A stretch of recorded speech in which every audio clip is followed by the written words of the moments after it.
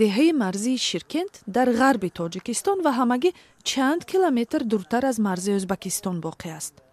солиёни зиёд сокинони ин рӯстое дар ҳудуди ноҳияи Турсунзода бидуни телевизион зиндагӣ мекунанд.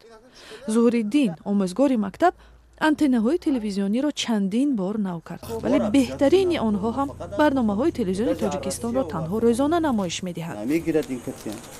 инам тедва ин установка кардам, аввал гирифт, ба маош 81 ки шавад уже тамом. Моиҷа ба баланди ба ҳамсоё ва ё намегирад, хони апам намегирад, хони ин намегирад, хони холам ҷо ҳама хиштавон намегирад телевизиони Тоҷикистон. баъзе сокинони рӯсто ки мавҷпароканҳои маҳвораӣ доранд, мегӯянд сифати пахши барномаҳо дар ин ҷо хуб нест. сокини маҳаллӣ Абдунабӣ умедвор аст ки ин мушкилро ниҳоят мақомот ҳал мекунанд, чунки аз вуҷуди он хабар доранд. дар наздикии ин рӯсто як ретранслятор насб шудааст, вале мавҷи он ҳам заиф буда зуд аз кор мебарояд. мо гап мезанем, таъмир мекунад, баъд ҳамун раисчар омада рафтан ва хӯрӯи як рӯз мебиён ҳамин меран ҳамунҷо мебинанд, баъзая мегӯяд ки сигнал нормал не, мана биё инҷа омада дидан, мана чӣ хел ту мегӯӣ ки нормал не. дар хонаи Абдунабӣ танҳо рӯзҳои софу беғубор гоҳ-гоҳ аз тариқи антеннаи оддӣ садои барномаҳои чанд шабакаи телевизиони Тоҷикистонро шунидан мумкин аст, вале тасвири он дида намешавад. дар ҳоле ки барои сокинони рӯсто ҳамин телевизионҳои маҳвораӣ василаи аслии саргармӣ мебошад.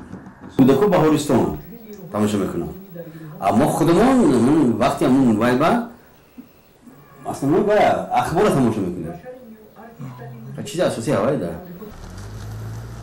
тибқи омори расмӣ дар ҳамаи гӯшаҳои Тоҷикистон сокинон ба мавҷи телевизион дастрасӣ доранд, вале коршиносон мегӯянд дар минтақаҳои баландкӯҳ ва назди марзӣ тамошобинон аз чунин имконият маҳруманд. агар шумо ба дилход деҳа биравед, мебинед ки бештари онҳо дар бомҳояшон антеннаҳои моҳвораӣ доранд. агар мавҷи мо хуб бошад, пас зарурати чунин антеннаҳо дар чист? Зачем параболическая антенна, если у нас так хорошо просто так берет связь?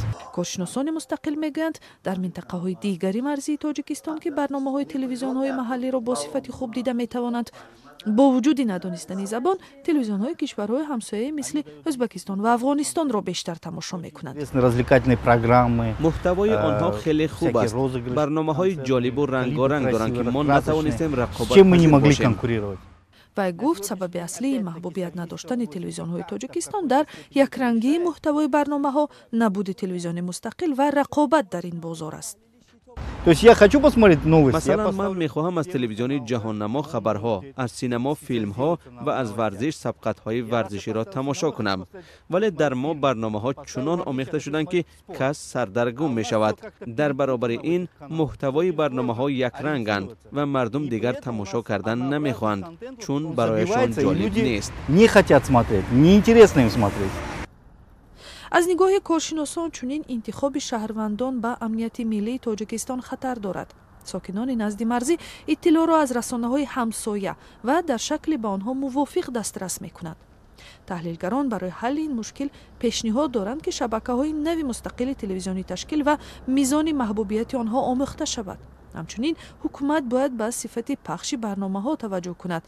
Тоҷикистон ҳанӯз соли 2006 дар Женева ӯҳдадор шуд ки то соли 2015 комилан ба пахши рақамии телевизионҳо мегузарад, вале иҷрои барномаи давлатӣ то соли 2020 ба таъхир афтод.